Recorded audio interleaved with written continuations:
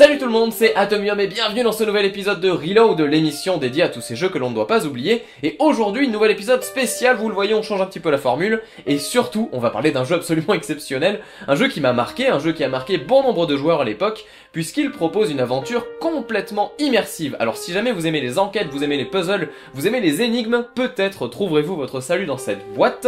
Et donc on va parler de In Memoriam, développé par Lexis Numérique. Pour la petite anecdote, sachez qu'avant de se lancer dans la création d'In Memoriam, les développeurs étaient plutôt à l'origine de jeux éducatifs tels que la saga des Oncles Ernest ou autres Papyrus. C'est en 2003 qu'un certain Eric Viennot aura une idée brillante, croiser le réel et le virtuel.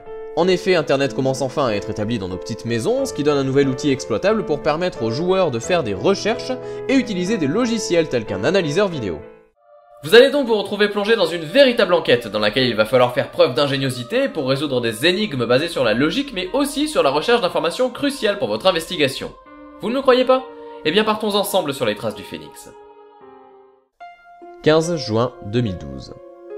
Je reçois une boîte de laquelle émane une aura de mystère. In Memoriam, c'est ce qui est écrit, avec une note de la part d'un bureau d'investigation, le SKL Networks.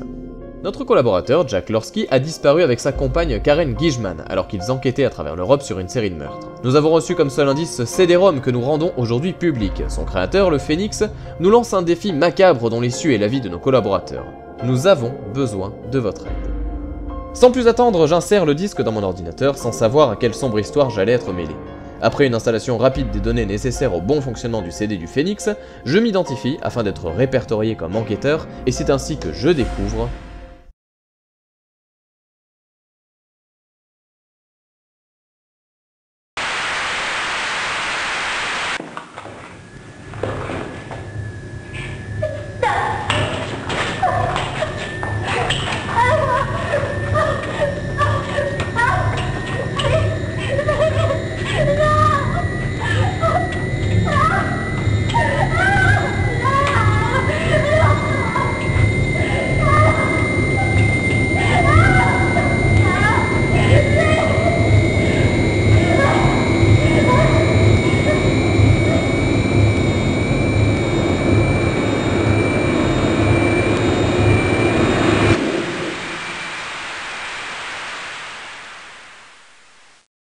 le Phénix.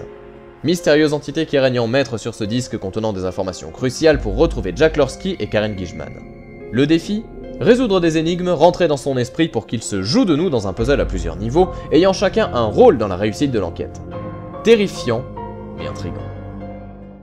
Je dois vous avouer que la première fois que j'ai terminé ce jeu-là, c'était avec un ami à l'âge de 15 ans, et c'est vrai qu'on avait eu un petit peu les chocottes, alors cette atmosphère à mi-chemin entre l'ésotérisme et la folie, eh bien c'est quand même pas rassurant, mais par contre, c'est vrai que ça caractérise clairement ce jeu. En plus de ça, on a une mise en scène qui est très travaillée et donc très réussie. Allez, on continue? Première étape, passer l'initiation.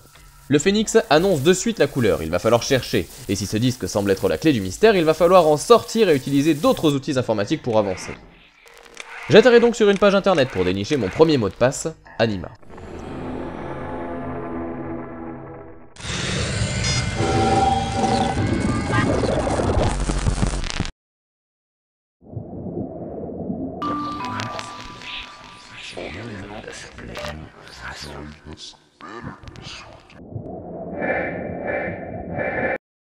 Place maintenant à la deuxième énigme, toujours dans cette ambiance oppressante. Le Phénix me parle, avec toujours autant d'arrogance, mais il n'est pas non plus avare en indices. Poussin? Personne ne m'avait appelé comme ça à part Deux Rives. Mais passons. Il s'agit ici de retrouver un autre mot de passe, avec une fois de plus une animation présente sur internet. Dernière étape avant de passer la porte des initiés. Rentrer un mot de passe déjà écrit? Si cela peut sembler évident de prime abord, j'ai très vite compris que mon clavier avait été modifié et que ce ne sera pas si facile. Me vint alors une idée collant tout à fait à la personnalité du Phénix qui semble très fier de son œuvre, taper tout simplement son nom qui est comme corpus un mot de 5 lettres. P-H-E-N-I-X. Bingo. Tout a commencé par la découverte d'un film Super 8, retrouvé miraculeusement intact à l'intérieur d'une caméra achetée chez un brocanteur. Après de banales séquences tournées par un amateur dans les années 70, apparaît un plan qui va me glacer d'effroi.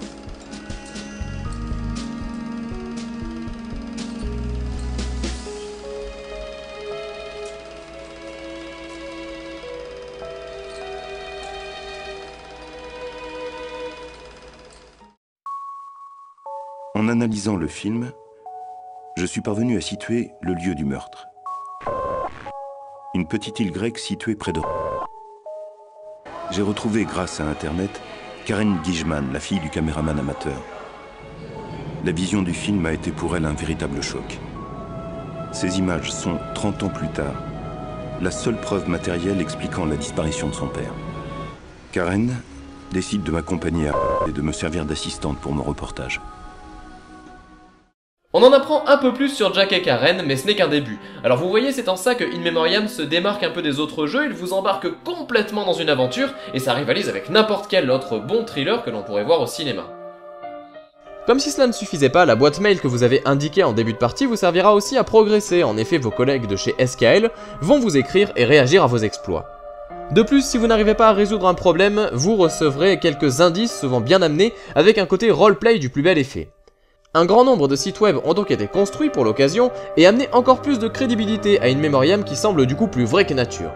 Et si vous devrez aller sur des sites créés de toutes pièces, il vous faudra aussi parfois aller jusqu'à des vrais sites comme celui de la Libération ou du Louvre dans certains cas. Immersion jusqu'au bout, je vous avais prévenu. Alors bien sûr, ce jeu n'est pas parfait, je dirais même qu'il comporte un défaut principal, c'est le fait que lorsque vous faites une recherche en fonction du moteur que vous choisissez, eh bien vous tomberez davantage sur des solus plutôt que sur les références choisies de base par les développeurs. En dehors de ça, si vous êtes fan d'enquête policière, eh bien foncez les amis, ce jeu est fait pour vous. Il vous plaira, vous allez vous régaler, il a largement de quoi séduire, il ne coûte vraiment pas cher, et il fonctionne encore très bien. Alors sachez que pour l'installer, il y a peut-être quelques petits soucis de connexion, mais pour ça, eh bien vous avez juste à lire la description, et je vous ai fait un tutoriel vous permettant d'accéder facilement à l'enquête de SKL Network. Par la suite, deux autres jeux sont venus compléter la saga, In Memoriam la 13e victime et In Memoriam Dernier Rituel, sortis respectivement en 2004 et 2006. Encore plus d'énigmes tordues et de folie dans ces jeux qui gardent le même niveau de qualité que leurs prédécesseurs, la surprise de la découverte en moins bien évidemment. En 2007, Lexis Numérique profite de la popularité auprès des gamers PC pour sortir un autre ovni vidéoludique, Experience 112. Cette fois-ci, le joueur devra guider l'héroïne Léa Nichols, mais sans en avoir le contrôle. En effet, il est possible de contrôler l'ensemble du complexe scientifique, et vos yeux ne sont que ceux des caméras de surveillance.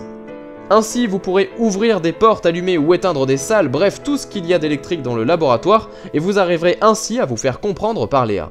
Ingénieuse idée, pour un jeu splendide mais qui ne convaincra pas la majorité, c'est donc ainsi que s'éteindra la flamme de l'originalité chez Lexis Numérique, les condamnant à développer des jeux plus que modestes pour d'autres licences, comme par exemple Alexandra Lederman ou Léa Passion, et pour tous ceux qui se demandent déjà si ceci est un troll, eh bien malheureusement, non. Ah, décidément les jeux PC n'ont pas fini de nous surprendre et c'est encore le cas avec ce In Memoriam. Alors peut-être allez-vous vous lancer dans l'aventure, sachez que je n'ai montré qu'une toute petite partie du jeu, vous avez vraiment beaucoup de surprises qui vous attendent, et donc je ne peux que vous conseiller de vous lancer vous aussi dans l'enquête, aux côtés de SKL Network, pour lutter contre le Phénix et retrouver Karen et Jack. La seule question étant, vous en sentez-vous capable ?